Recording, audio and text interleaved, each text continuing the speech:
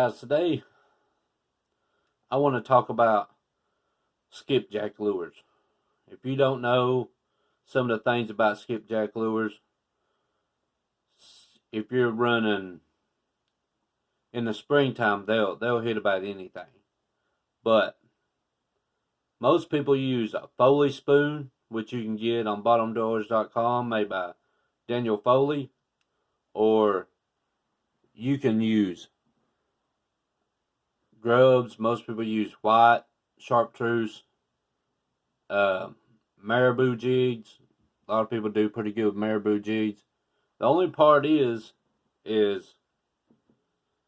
skipjack actually can bend a lot of hooks. And a lot of people think, well, it's just a bait fish. But when you get when you're running a sabinki rig and you get 3 2-pounders on, I mean, it's a heck of a fight. It's mayhem on one line because they're all going all different directions. But the main thing that skipjack go for is erratic movements. And these erratic movements is what causes them to hit. That's why the Foley spoon, when you're reeling it through the water, it moves erratically and spins, and they seem to hit it pretty good. Most of the time through the year, you can catch, when they won't hit anything else, they'll usually hit a Foley spoon. But in one of my videos, I shared that I make my own sabinki rigs with a lure that I make. Very cheap to make. And I use a number 2 bait hook eagle claw. But I started calling it the Jack Attack. And there it is. But this lure is very simple to make. I didn't go into full details on the video, but I started making it 2 years ago, and I've caught everything on it. I've caught crappie, skipjack, bluegills. I've caught bass on it. I've caught a few trout on it, actually. And really, all it does, it really looks like a minnow going through the water. I rigged 3 up, and I put a heavy weight at the bottom one, and I put a light weight at the top one. No weight in the middle. And when you jerk it going through the water, the bottom one goes up, and the top one goes up, but the bottom one falls quicker, and it kind of looks like minnows going through the water, like something's hit them and they've shot off in different directions. That will cause a skipjack to hit. Alright, today I'm going to go into full detail how to make these. You can make these for cents, but I'm going to get my stuff situated, and I'm going to show you real quick how to make these. Alright guys, we're in position. First thing I want y'all to do, you got to have a good pair of scissors for this. I want you to cut your shrink wrap tubing up the side. Make real fine cuts. You want them to kind of look like fins on the back of the lure.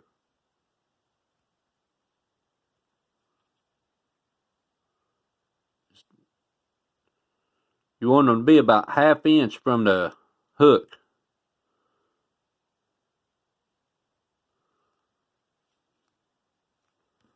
Come around through it real fine like that.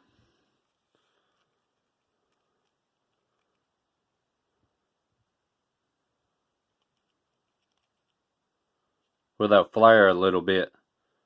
Go all the way around through there like that. You want to also make sure that they're not too thick, or it kind of won't look like the end of a fish when you're jerking it through the water. when you get that cut all the way around through there,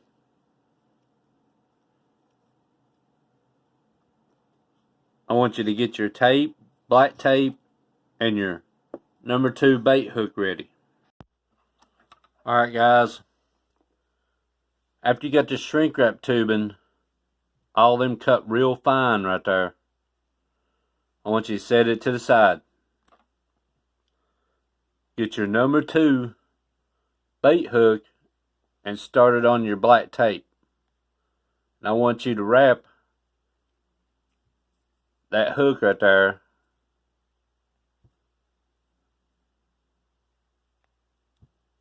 to fit the body for the skipjack lure. Try not to get it on the head like I just did. Alright. Cut that tape off.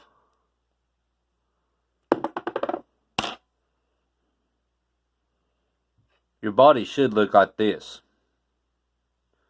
And it should slide in between this tubing really easy.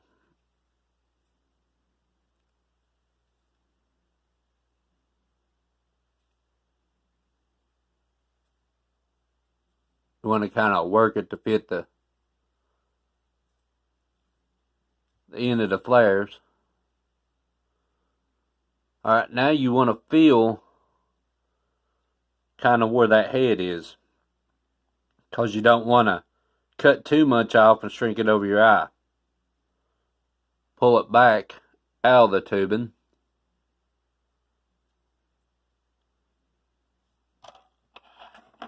Feel where the head is again.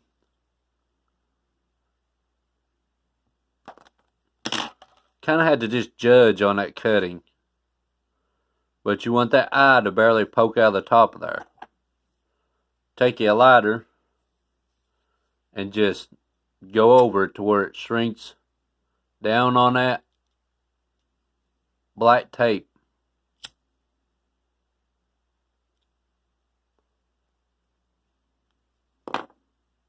And there it is.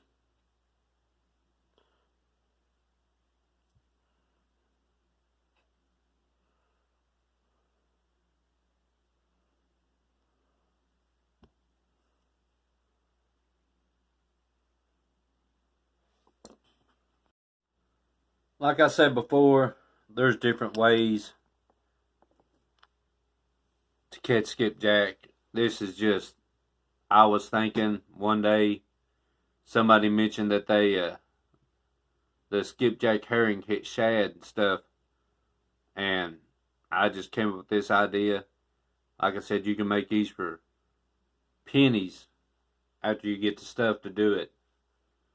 And like I said, when I first started skipjack fishing, I made 100 of these during the winter. And when springtime come and I was throwing them, I noticed they wouldn't getting tore apart.